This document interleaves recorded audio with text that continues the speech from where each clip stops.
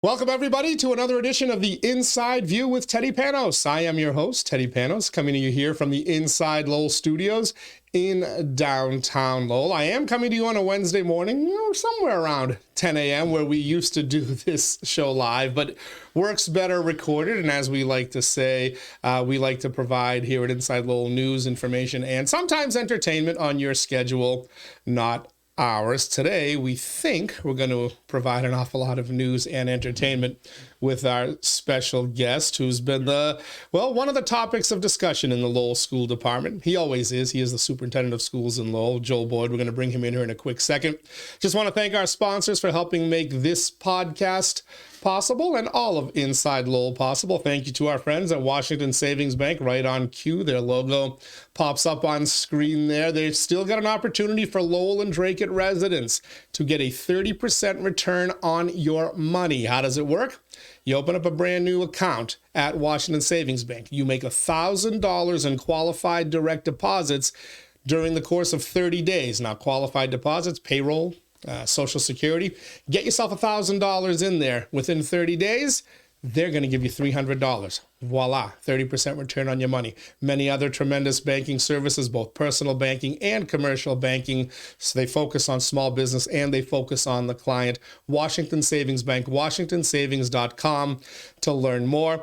Also, I want to thank our friends at Reverie 73. I'm trying to time it with when the logo comes up on the screen there. Reverie 73, beautiful cannabis store here in Lowell, Massachusetts, 1148 Bridge Street. They're actually opening two more this year. One in Gloucester, one in Beverly. I'm often asked by people, what do you know about the cannabis industry? The answer is really not much. And a lot of people don't know all that much. It's new here to Massachusetts, but what I do know is the folks at Reverie 73 do it right. The store itself is beautiful. It stands out. It's bright. It's a pleasant experience. And the staff always willing to go the extra mile. So whether you're new to the world of cannabis or a canna connoisseur, as they like to call them, Reverie 73 is sure to elevate your cannabis experience. Visit them at 1148 Bridge Street in Lowell or order online at reverie73.com. And last but certainly not least, our friends at Hafner's. This time of year, home heating oil, always top of the mind for Greater Lowell residents, New Englanders. We've had a mild winter, but we got a cold stretch and some snow coming up as well. So don't take chances with your family or your home. Hafner's takes the worry off your mind with their comprehensive services. Whether you use propane or heating oil to heat your home, Hafner's offers quick, reliable, and friendly service 24/7. Plus, Hafner's gas stations, convenience stores, and car washes can be found throughout the Merrimack Valley and southern New Hampshire. Call 866-IT-KICKS to learn more. That's 866-IT-KICKS, or visit hafners.com. And without any further ado, time to bring in our special guest this morning, paying his first visit to our Inside Lowell Studios, Superintendent of Lowell Schools, Dr. Joel Boyd. Good morning, Dr. Boyd. How are you, sir? Good morning. Always a pleasure to join you, Teddy. And I'm seeing for the first time we're on video together. Usually we're on the radio together. That's right. It's a new experience, but it's always a pleasure to join you. Always good to have you here. Lots to talk about. Let's get right to the big controversy, the outside counsel, and this discussion that has dominated about going on 2+ months now of the Lowell School Department and the Lowell School Committee. What's going on from your perspective as the superintendent of schools? Yeah, so I wouldn't characterize it as a controversy, actually, Teddy, at all. I think here we're a school district of over 2,000 employees. I think here typically in any large organization, you deliberate personnel matters. Typically, you deliberate personnel matters in private confidential sessions, which are considered executive sessions. The committee's made a determination in order to be transparent with the community to have these conversations in public, and that's the difference here. And I think it's certainly within the committee's discretion, and the committee's determined to move in a direction of having these discussions in public, so the public seeing conversations that are typically had by most school communities within executive session. So I wouldn't say that there's a controversy at all. You just see a shift here and the committee's desire to have more conversations in public, for the public to have access to those deliberations, and that's what you're seeing here. So certainly deliberative discourse on the part of the committee. There's disagreements. They have debate, but those are productive debates that get them to a place where they have a majority decision that gives me guidance as the superintendent of what direction. You're describing a personnel situation or personnel situations that are typical. Many others have described the same to me. I'm starting to come around to thinking it's that, though I will leave open the possibility that we don't know everything that is being alleged. That said, you don't hire an outside counsel for personnel issues. Outside counsel comes in, I'm thinking high crimes, misdemeanors. I'm thinking special counsels and impeachments and all sorts of stuff. Have you or anyone in your administration done anything that warrants an outside counsel to come in and do the type of investigation that we're being told about? Well, I can tell you this. We feel really good about the decisions that we make. Any kind of personnel concern that comes into our HR office is investigated thoroughly. And we have that added level of confidence because our HR office is actually supervised by a labor attorney, highly experienced, highly qualified labor attorney who supervises our HR office and vets every single one of those investigations that take place. So we have high confidence in the work of our staff. However, when you say outside counsel, that's at the discretion of the committee. So the committee hires the superintendent, and they hire labor counsel, and they hire general counsel. Now, as superintendent, obviously they've made a decision to hire me. As labor counsel, we have Jim Hall. He serves in dual capacity. So he serves as our chief operating officer and our labor counsel. He's been the labor counsel for over a decade, serving the city of Lowell. And then the general counsel is typically the solicitor. But in any one of those cases, the school committee can make its own determinations. So the council attorneys, they report directly to the school committee. They don't report to me as superintendent. So that's within the discretion of the committee. I believe what they're identifying and defining as outside counsel is saying not utilizing the solicitor's office. And that's been a little bit of their debate. And I think it's a worthwhile debate when you have a transition within the labor office, or not labor office, I'm sorry, the legal office. And I think the debate's worthwhile because you have 7 individuals that come together to make a decision. They only hire one counsel. So when you only hire one counsel, 7 members have to come together and make that determination. For a long period of time, they were making the determination to use the law office. Now they have an opportunity to consider something different, and you see different opinions about the direction that they go. And I think any debate, a public debate, tends to lead to a better outcome as a result. I mean, that's what our community, that's what our country is based on, is a democratic process, elected officials debating it out. So you're okay if they hire outside counsel? You say you or nobody in your administration has done anything that you need to be concerned about? No, I think anything that makes the community comfortable with the use of their taxpayer dollars, and I trust the committee to make good decisions as the representative body of our community. Why so secretive? If it's just, and I get you can't discuss the individual personnel matters publicly, although one person has come forward, sat right in the same chair that you were in last week. Why is everything so secretive about the nature of the charge? You can talk about what the charges are without mentioning specific people involved with them, can't we? In some ways. So I think one is, and this is just typical protocol to support the rights of everyone, you'll find that any employer or no employer discusses personnel matters. However, the employee certainly has the right to discuss their own personnel record and personnel file. So there's a difference there. And I don't think that is only related to government entities or school districts. I believe that's employment protocol at large. I would guess that would probably be the same protocol you would have here at InsideLowell. So it's the same protocol that everyone follows.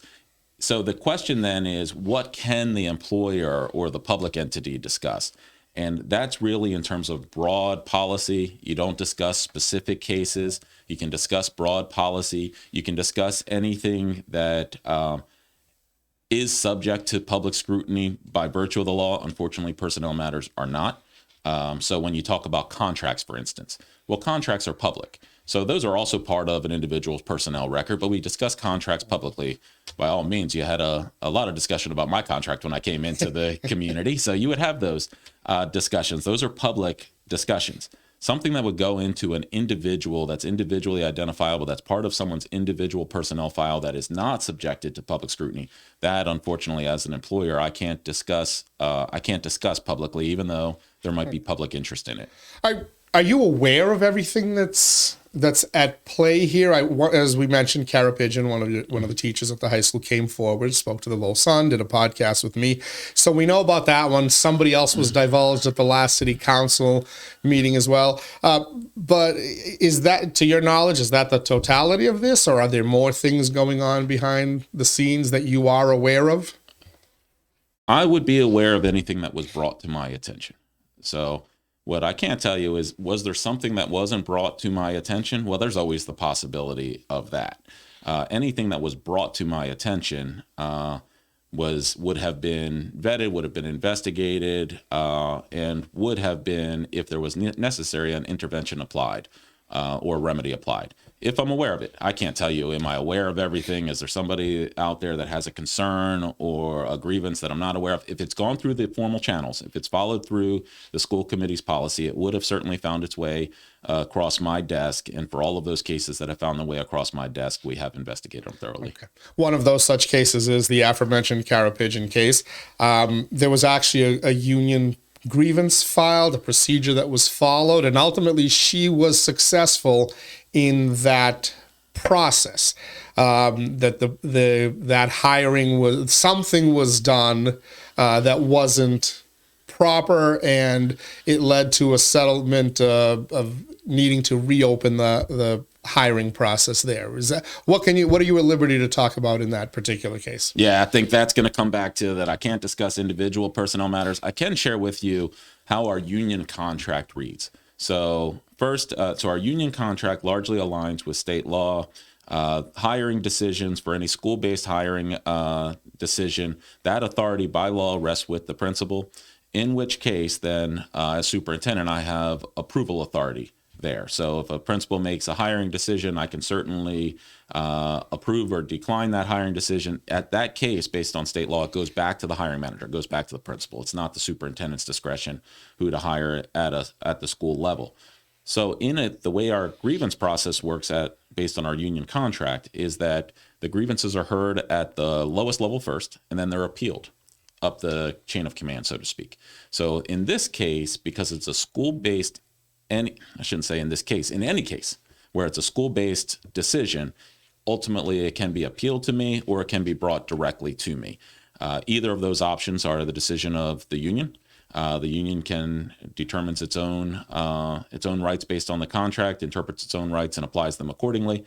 And then if it's brought to me, I'm the hearing officer. I hear the case, we investigate the case, we research the case. Again, we have a labor attorney that works to make sure that the contract and all laws are followed. I hear that case, and then based on hearing that case, we then issue a remedy or a finding based on that case. That then goes back to the union. The union determines whether that remedy is acceptable or not, and they can ultimately choose to appeal it again, or they can choose to accept the remedy that was applied. And that works through every single case. That's how the contract is written, and the contract's public, so I can discuss that part of it. Okay. So in this case, it's interesting because one of the folks has gone public with a complaint. Yeah. You just told us you're the grievance officer, so it stands to reason that you heard this grievance and you're the one who agreed with Miss Pigeon.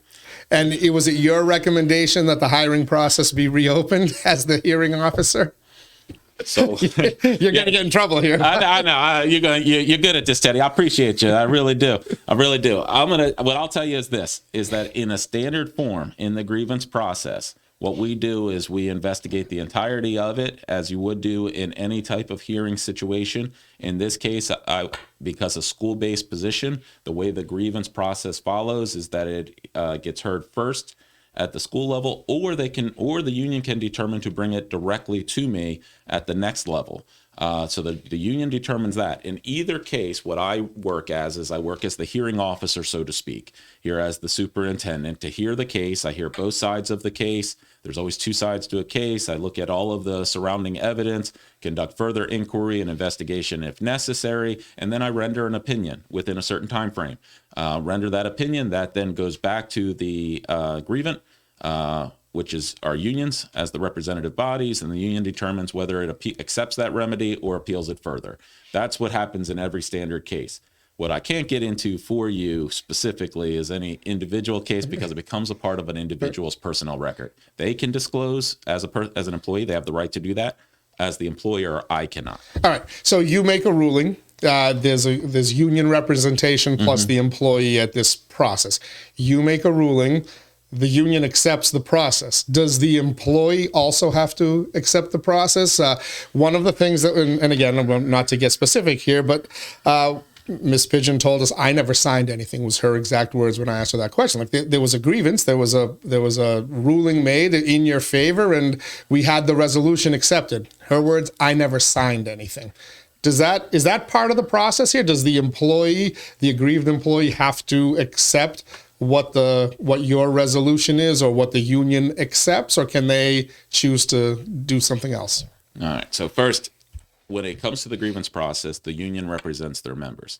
So and the union's a separate organization from us. So I can't speak on behalf of how the union conducts its work on behalf of its members. That would probably be a better question for the president of the union. However, I can tell you that I appreciate all of our employees. So I appreciate all of our employees. I certainly look forward to hearing all the feedback from our employees. Our employees have certain rights that we're going to make sure we uphold. And in a case where it's a unionized employee, we have to work through with the union. I can't directly deal, so to speak, with a union member because we have an agreement with the union that they are the represented body based on their certification as the sole representative of our teachers. So in this case, I work directly with the union. However, the union chooses to conduct its work. That's up to the union, separate entity from the school district. The resolution in this case was to reopen the hiring process to do it over again, I believe at some point in April, but Ms. Pigeon alleges that you folks opened up the process. Ironically, the same weekend it became known to people in the community that she had gone public to the Lowell Sun. Was the timetable of this process being reopened, was that sped up in any way, shape, or form because of the incoming PR affecting this case? No, I'm not aware of that. I would tell you there's no conspiracy here. We're following standard protocol as we do in all cases.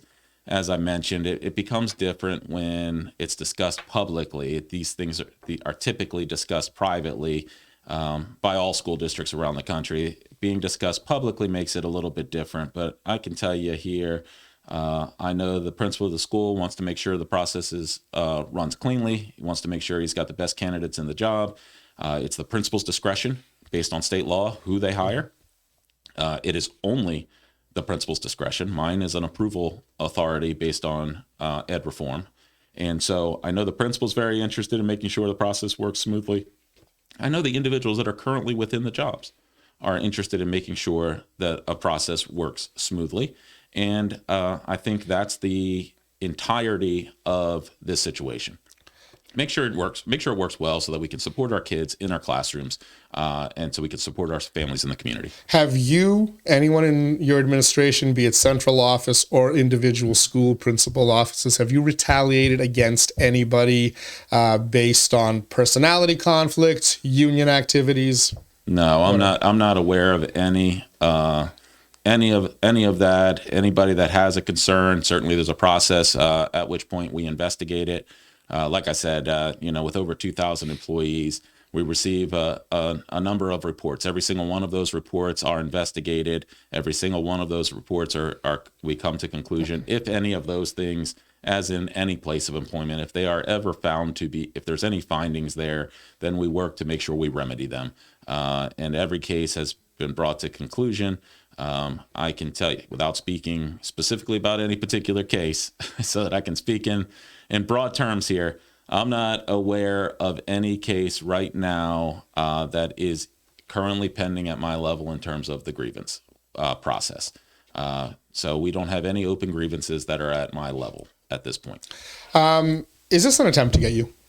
Is this a political attempt ultimately to ensure that you are gone or that you don't get a new contract where I believe your contract expires next year? No, no. I think here we leave open for everybody to kind of make whatever conversation they want about it. I can tell you now that, as I mentioned to you, the hiring process handled by our hiring managers, everybody's got a specific role within the hiring process.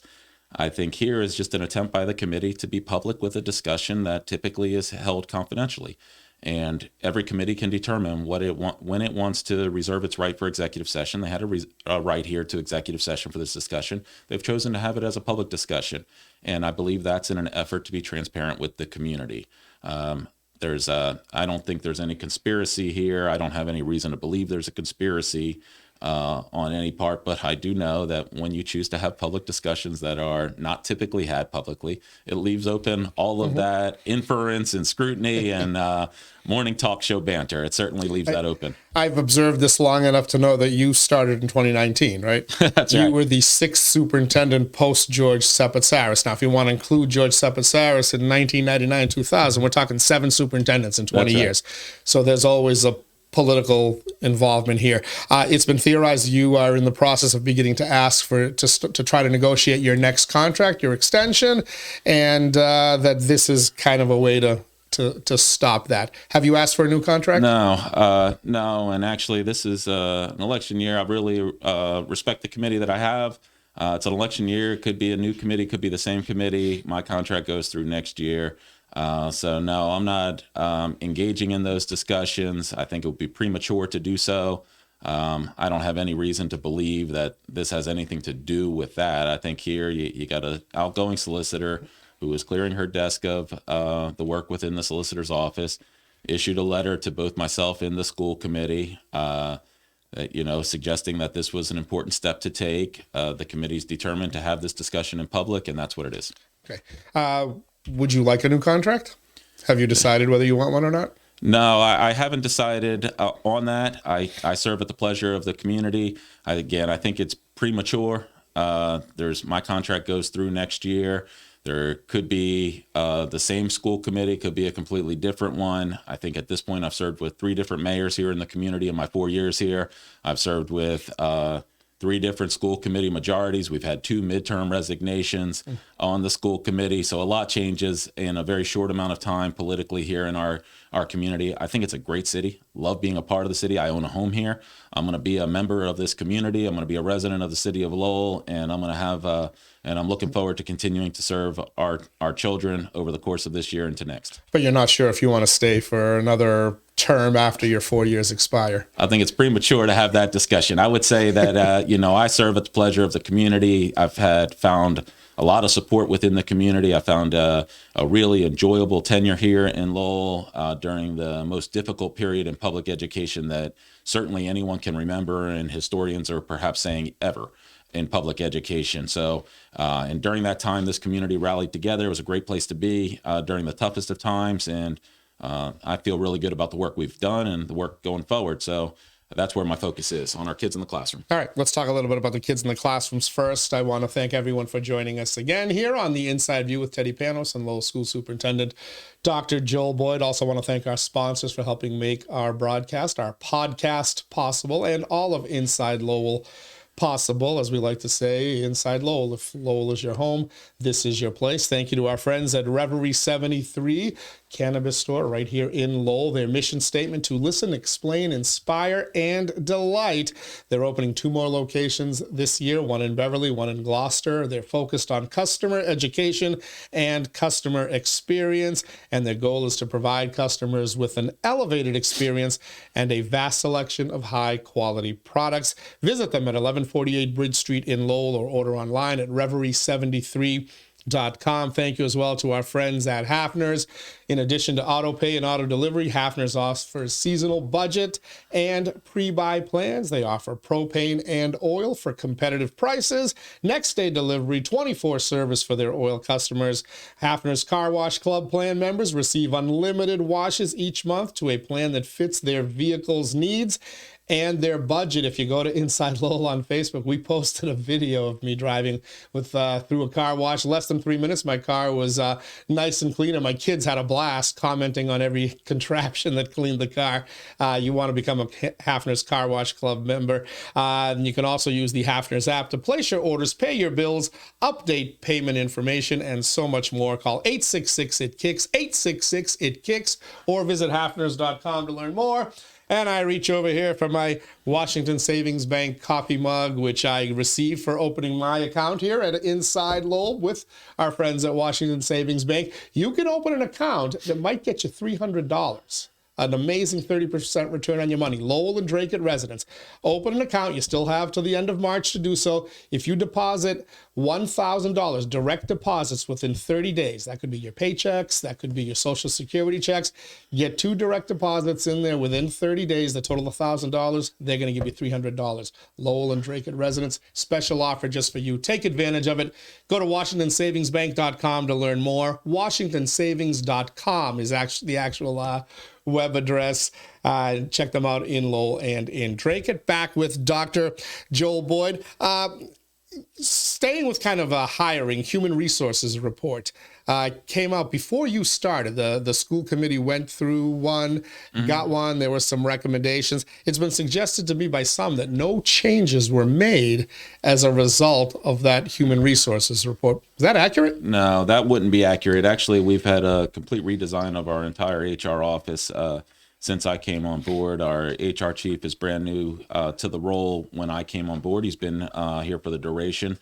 We've made some significant changes throughout the department and feel really good about the progress we're making. Matter of fact, one of the biggest desires of the community in terms of HR and hiring when I came on board, if you recall, and we had a number of conversations about this. I actually think it was the first interview that you did with me. You asked about diversity hiring. You asked some pretty pointed questions about diversity hiring and how we were going to move forward. And we've made significant progress there. Significant progress based on the work we've done to eliminate barriers in employment, to ensure that we've got a transparent process, that our recruitment is proactive, that we're supporting our teachers and staff throughout the process. And while they're here as professionals within Lowell Public Schools, our goal is to make sure that we're not only the highest performing school district, but we're also the best place to work. And I think we're making progress towards that. And that's Dr. Jim Hall's been leading that work, been supported within that work by our Chief Equity Officer, the Equity and Engagement Office, brand new office. We were actually the first public department within the city of Lowell to operationalize an equity office. You and I had a number of discussions about that as well when it first came on. That all of that work has been taking hold since 2019 and has been significant progress. I can tell you though, HR and hiring has been highly scrutinized since ed reform. In this community and in others, a significant shift in terms of how hiring takes place within a school district. That's since 1993. You brought up George Sapasaris. I believe you're talking about all the way back to his tenure, maybe even right at the very beginning of George Sapasaris' tenure. That's how far back it goes. And since that time, and you talked about another audit in 2018 that I inherited when I came on board. So highly scrutinized. These discussions around HR, I think they're really valuable discussions. They're important discussions to have, and we take them. We take the process seriously, and we feel really good about the progress we're making. So all these discussions we're having about the hiring practices now in the outside counsel, they couldn't have been done away with simply by following more stringently with that human resource audit recommendation? No, I think when you're an employer of over 2,000 employees, I think individuals are going to raise concerns. And I think it's our responsibility as an employer to take those concerns seriously and to investigate them. I don't think there's any step that any employer can take to completely eliminate an employee from raising a concern. We investigate those. If they're found to be valid, we apply a remedy, and it makes us better as a result. We want to make sure that Lowell Public Schools is, again, not only the highest performing school district, but the best place to work, and that requires us to make sure that we listen to our employees. So we do that, and I like to believe that every employer in our community it does that as well. Like I said, I think here the difference is you're having a public discussion about something that most school districts do during executive session, and I think there's value to public scrutiny. I think there's value to public discussion, but it also leaves open for inferences, innuendos, and any type of theory to be thrown out there. Great podcast fodder. Let's talk about the students and the achievement. I saw 2 reports in the last couple of weeks. One of them that in Baltimore, 23 schools, none of the students proficient in math. In Chicago, 55 schools, students aren't proficient in math or in English. Some folks are saying this is yet another example that public education has failed us. Others are saying, well, look, this is the natural result of COVID. This didn't just all come about over the last couple of years due to COVID, did it? If you're talking about what you're seeing as a result of over the last couple of years, so I can't speak to the other school districts. If you're looking at if the results now match pre-COVID, then I think you might be talking about something grander. Here, however, what we're seeing and what we're seeing in my discussions with other superintendents is a direct result of the last couple of years of COVID response and the impact of the pandemic. And we've seen that there's been a natural regression of student performance on outcome-based tests. And I say natural regression because we're taking students out of school. So naturally, we believe when students are in school, that's where we do our best work. Students are learning as a result of being in school. If you take students out of school, there's going to be less learning that occurred. There was a lot of research prior to COVID about the impact of one student missed student day, the impact of one missed teacher day, and the impact of that on learning. Well, you can certainly extrapolate that to the amount of lost learning time during the course of the nationwide shutdowns during 2020, 2021. And then we had the ripple effects of 21, 22, where we saw significant shortages in staffing, supply chain, and so on that affect everybody nationwide. I think it would be naive to believe that that didn't have an impact on student outcomes. And in fact, we're actually seeing a direct connection to not only an impact from the shutdowns, but a greater impact on students with greater needs. And again, you and I had a number of these conversations. I really appreciated those conversations. I want to say I might have been on your show weekly or so during that time. I appreciated that because it was a tough time for the entire community, and you opened up your channels in terms of communication for people to get updates. And I talked often about the importance of getting our students in school. And the example I often gave was, students learning remotely is at-home instruction. 10% of our population here in Lowell identify as homeless. How do you learn at home if you don't have a home? The greater instability that you're experiencing outside of the school environment, the greater needs and services you receive in the school environment, the greater impact on your learning when you're not connected to the school environment. And the communities you just described, high need communities, I can draw some inferences based on what you said in terms of outcomes, based on what we know as the impact of the pandemic. Can't speak to them specifically, but I would say that there's a direct connection to the shutdown of schools and the amount of learning loss for students. To your credit, you fought very hard to get as many kids as possible back in schools that first September or August, whatever that time frame was. Do you feel vindicated? You caught a lot of heat for that. When you're one of your few supporters in town is me, you're going to catch I don't know that you supported me on a lot of decisions, Teddy, but you did support me on that one. Do you feel vindicated today? No, I don't think that's the right term. I actually would say everybody was making the best decisions with the information they had in front of them. I don't hold that time period against anyone if they happen to have viewed things differently than me. I think my role as superintendent was to bring forth my experiences, my recommendation, my best advice to the school committee. I believe I did so. My experiences, my advice, just as I snapshotted for you a minute ago, was based on the needs of the students in our community. If I was in a different community, that advice perhaps could have been different. I don't know what those other communities were working through, but here in Lowell, within a community where 85% of our young people are identified as high needs by the Department of Education, it was clear to me that we do our best work in person. In any way that we could get our students in person, we needed to take that opportunity, get our students in our schools so that we can make learning happen.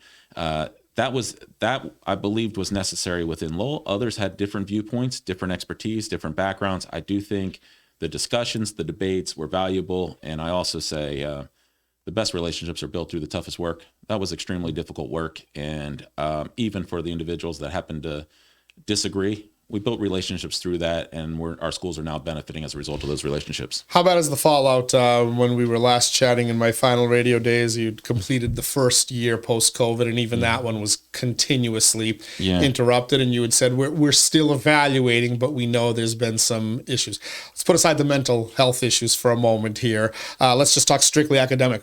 How bad is it? It's going to take us several years. To make sure that we can support our students, to make sure we can support our families in order to get our young people back to the level of learning that I think as a community we all want to see when we see those assessment scores at the end of the year. But I also think there's other measures beyond assessment scores, and we've actually become more adept as a school district of looking at those multiple measures of student performance. So when you're talking about outcomes in terms of test scores, which I know you often look at, and we've become, as a country, really invested in, it's going to take more than a year. It's going to take multiple years. But we also are seeing early data points and early signs coming forward that are showing that our schools are really well equipped to serve our children, really well equipped through this, that our schools in terms of services provided are better situated now than they were before.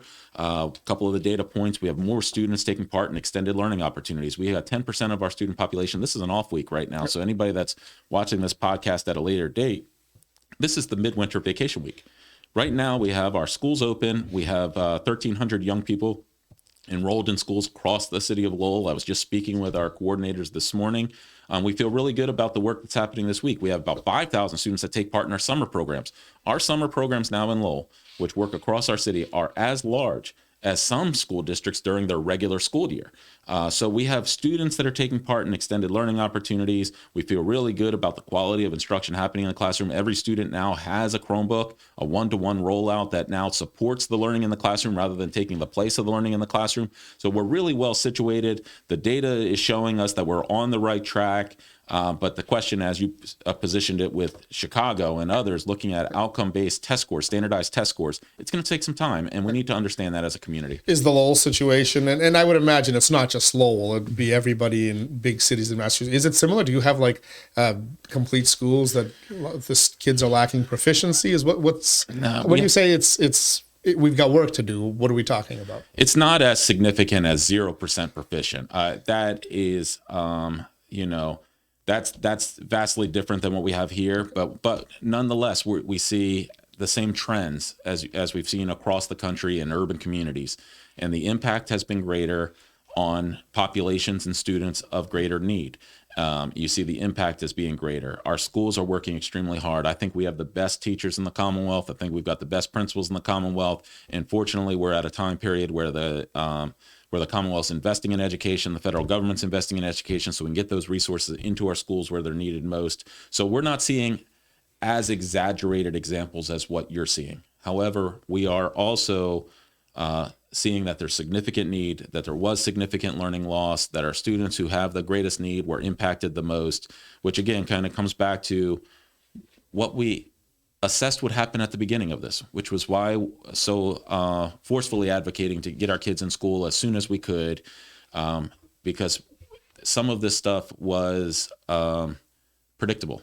Now, I would not have predicted these other cities are looking at 0%. If you're telling me that, that's surprising in some ways. But we did see some regression in terms of significant regression in terms of the school-based outcome scores, because you're comparing it to students that were in school. Now you're comparing it to students that were learning remotely, and I just don't think those are comparable.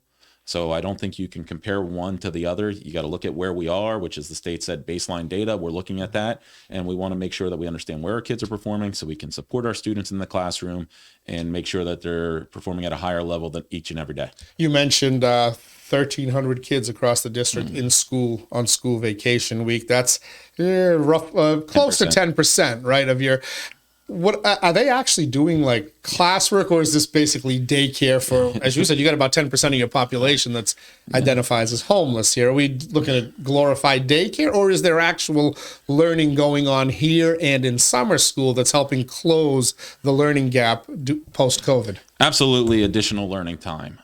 So learning time in our classrooms, our teachers do extraordinary work. Our teachers would not be coming in during vacation week just to simply run daycare. Our teachers are professional educators, really believe in our teachers. Our principals are professional instructional leaders, and our principals and our teachers are working to make sure that we maximize this time, which is additional time for learning for as many students as are interested in taking part in it. And about 10% of our student population has chosen to take part. This is non-compulsory learning, choosing to come into school. I don't know about you when you were a child. Would have never done it. But I think it speaks to where our students are now, because the grass is always greener. You take for granted what you've never lost. Well, our students have experienced not being in school. Our families have experienced what it's like to not have school. And I think this is a testament to our kids, our families, that really valuing what's happening in our classrooms, and an extraordinary testament to our teachers and our principals for making the time valuable. This stuff costs money. You're paying people to teach this week. You're paying people to teach throughout the summer. You did so last summer. You're going to do so again. Is that all where is this where the ESSER money is going? Primarily, particularly our summer school investment. So each year around the mid-year, we're able to reassess our current operating budget. So in this year, we identified flexibilities within our operating budget. Again, some of the ripple effect of COVID, which as we're still seeing around the country, staffing shortages, supply chain shortages, those things, when you go from your budget, your forecast to your actuals, at this time of the year when that's occurring, you have some flexibility. So we reinvest that flexibility within our kids and in our staff this year. We believe we've done that wisely. So in this case, this week, we are able to support through our operating budget. However, the summer school is largely ESSER. And we look at both of those funds to make sure we can maximize them each and every day. All right. The operating budget came up when in the discussion of you made a decision how you're going to pay some of the COVID bonus money to those who worked during COVID. Decision was made kind of to give it to everybody based on how many days they did in school, et cetera. However, one thing that was surprising to me, I found out in speaking to committee member Jackie Doherty a couple of weeks back, was that money, which everyone thought that's ESSER money. That's what it was intended for. That money is actually coming out of your operational budget. Why? And does that have any long-term effect on the operational budget and net school spending and minimum school spending? All these fancy terms that government budget types use. Yeah. So no long-term effect. So here's one thing that's important to understand. So yes, operating budget. In Massachusetts, and I've worked in a number of states, Massachusetts is the only one that I've worked in so far where there is no non-categorical revolving fund for the school district, which means that this year's budget has to be expended within this year. ESSER has a multi-year budget horizon. So the school committee could have looked at either fund. The obvious decision is to say we're going to utilize the dollars that expire first. So in Massachusetts, because there's no revolving account available to the school committee, the dollars that actually expire first is the general fund. If we were in New Mexico, which was the last state that I was in, it actually would have been the opposite decision, because in New Mexico, this called a school board there can keep its own revolving fund, would move money into cash, and then the horizon there is unlimited, which means you'd look to ESSER because it's the sooner or the shorter term funding horizon. So here in Massachusetts, the expiring funds first, general operating fund, the general fund, this is when you make a negotiated agreement with the union, it's net school spending eligible, so no concern there. So it actually made sense on multiple levels, was the recommendation of our chief financial officer, who I think is doing an incredible job, Billy Jo Turner. Her recommendation, she's the one that manages all of our multiple funds directly each and every day. Certainly I agreed with her recommendation, brought that recommendation to the school committee. Okay. Mental health. Let's talk about that. I would imagine this is also where a huge chunk of the ESSER funds are going. Those ESSER funds run out. I'm going to guess you're not going to solve the mental health issues that existed before COVID and now have, we're hearing the horror stories now. You're not going to solve them by the time this money runs out.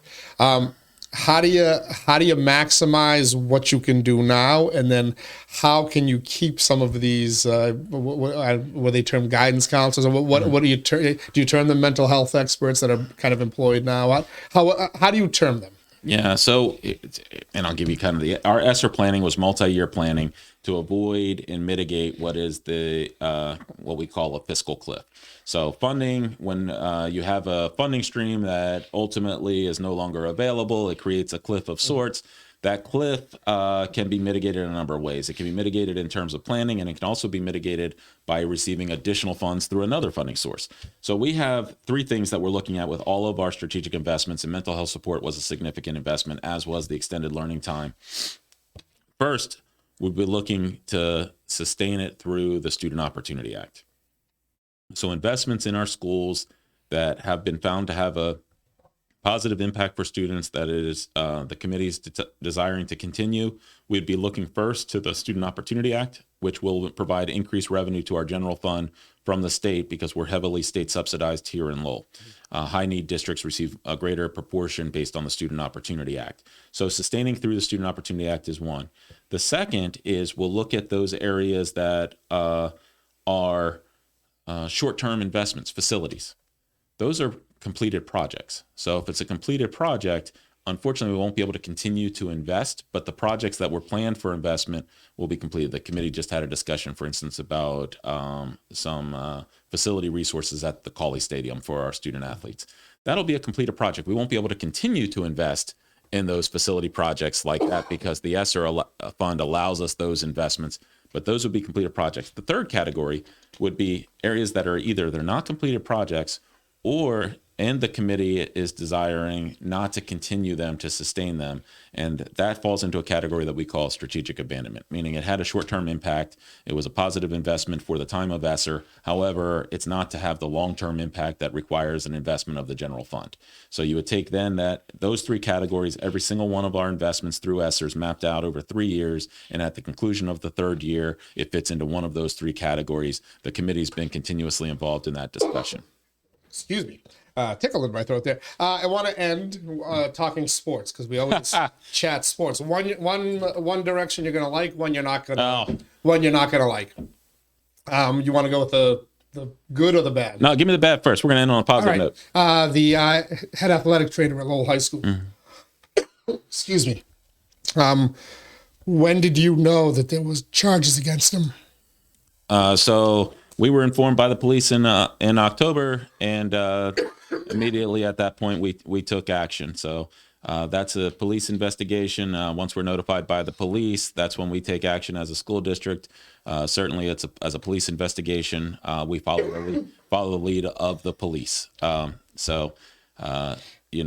think there it's a rather serious situation, and my role as superintendent, our role in Lowell Public Schools is to ensure the safety of our students each and every day. Were the charges filed with police first or the schools?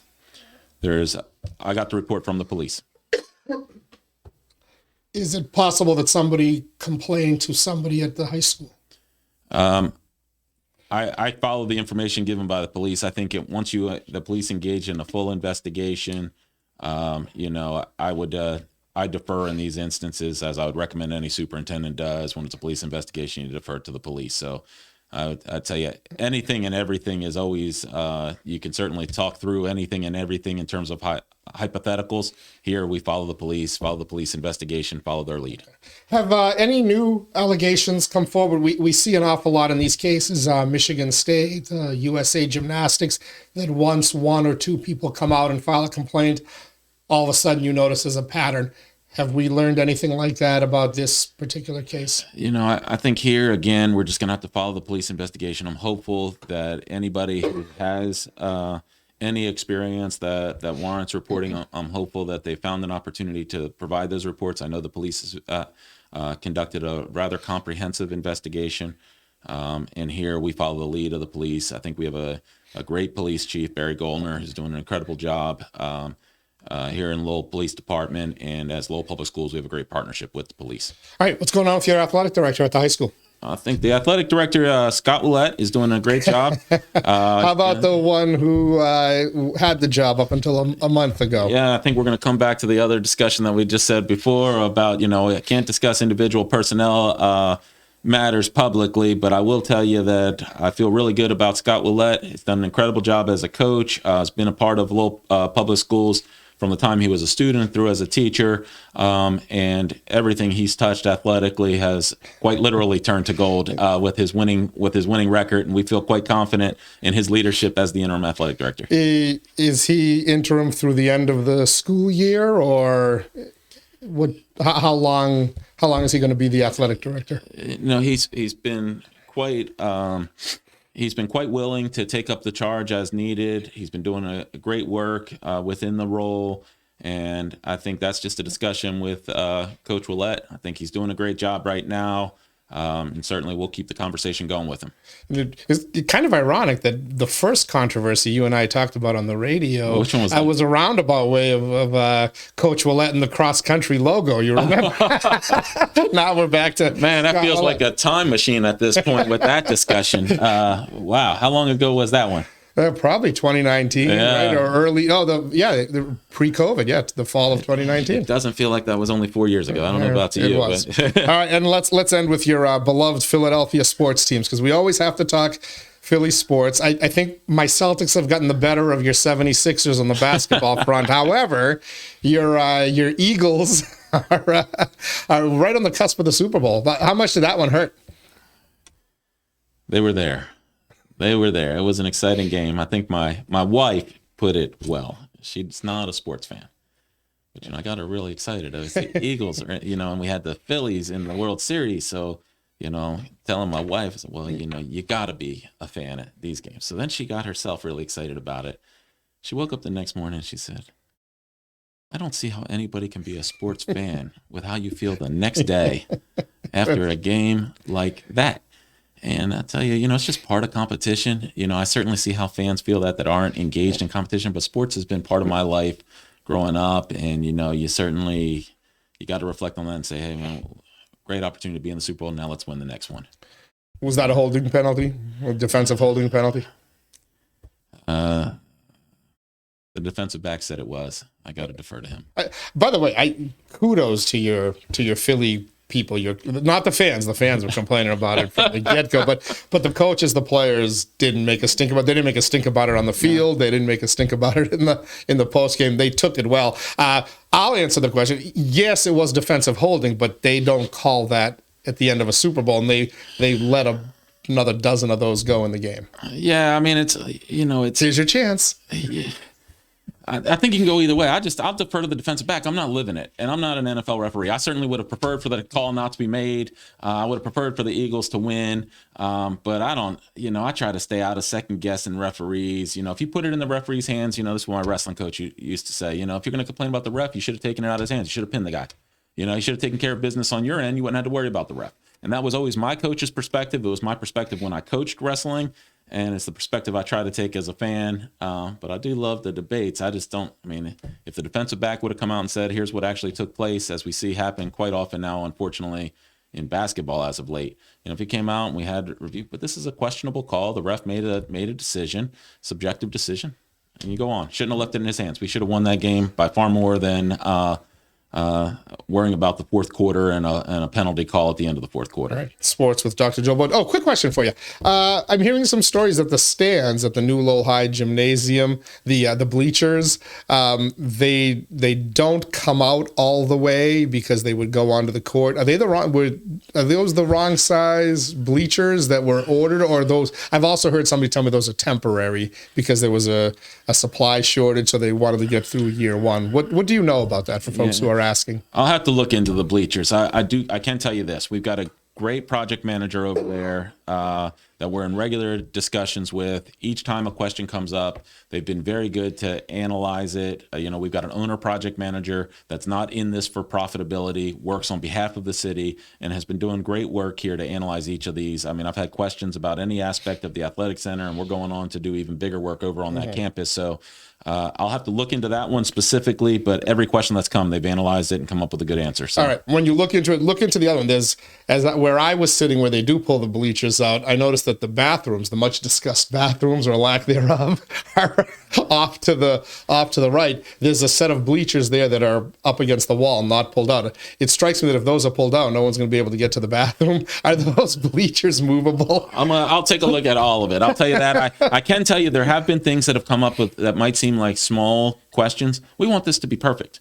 The taxpayers deserve for it to be perfect. So there have been small questions that have come up that we've raised the question, and we're going to fix it because, quite frankly, it wasn't as per design. We've had other questions that have come up, like the bathrooms. It is per design. It is per code. That was part of the design. If something wasn't part of the design and was built out anyway, it's got to be repaired. It's got to be replaced. It's got to be fixed. If it was part of the design, then that was part of the design. And during the design discussion, which predated me in these conversations here, we've got to hold to what the design was. To me, from what I'm hearing, the issue is during gym classes when you have so many students using gym. Wouldn't that be a simple change in policy of which students you allow to go use the bathrooms upstairs? Because you're right, they're built to code, so. Could be, and you also know that as we get more of the campus built out, there'll be greater connectivity with the athletic center. So this is actually the biggest transition period of this entire construction project. This year, this is a multi-year project. You're taking down the old gym, you got the new athletic center, but you don't have the connectivity between the buildings, so you actually have to walk outside to access it. So could be policy, could be anything along those lines, but you go back to the design. Was it built to design? If it's built to design, and I'll take that same look at the bleachers as we do everything else. All right, for your next visit. Will there be a next visit? Hey, man, I'm here anytime you want me. I love talking to you. I missed our time together when you were on WCAP.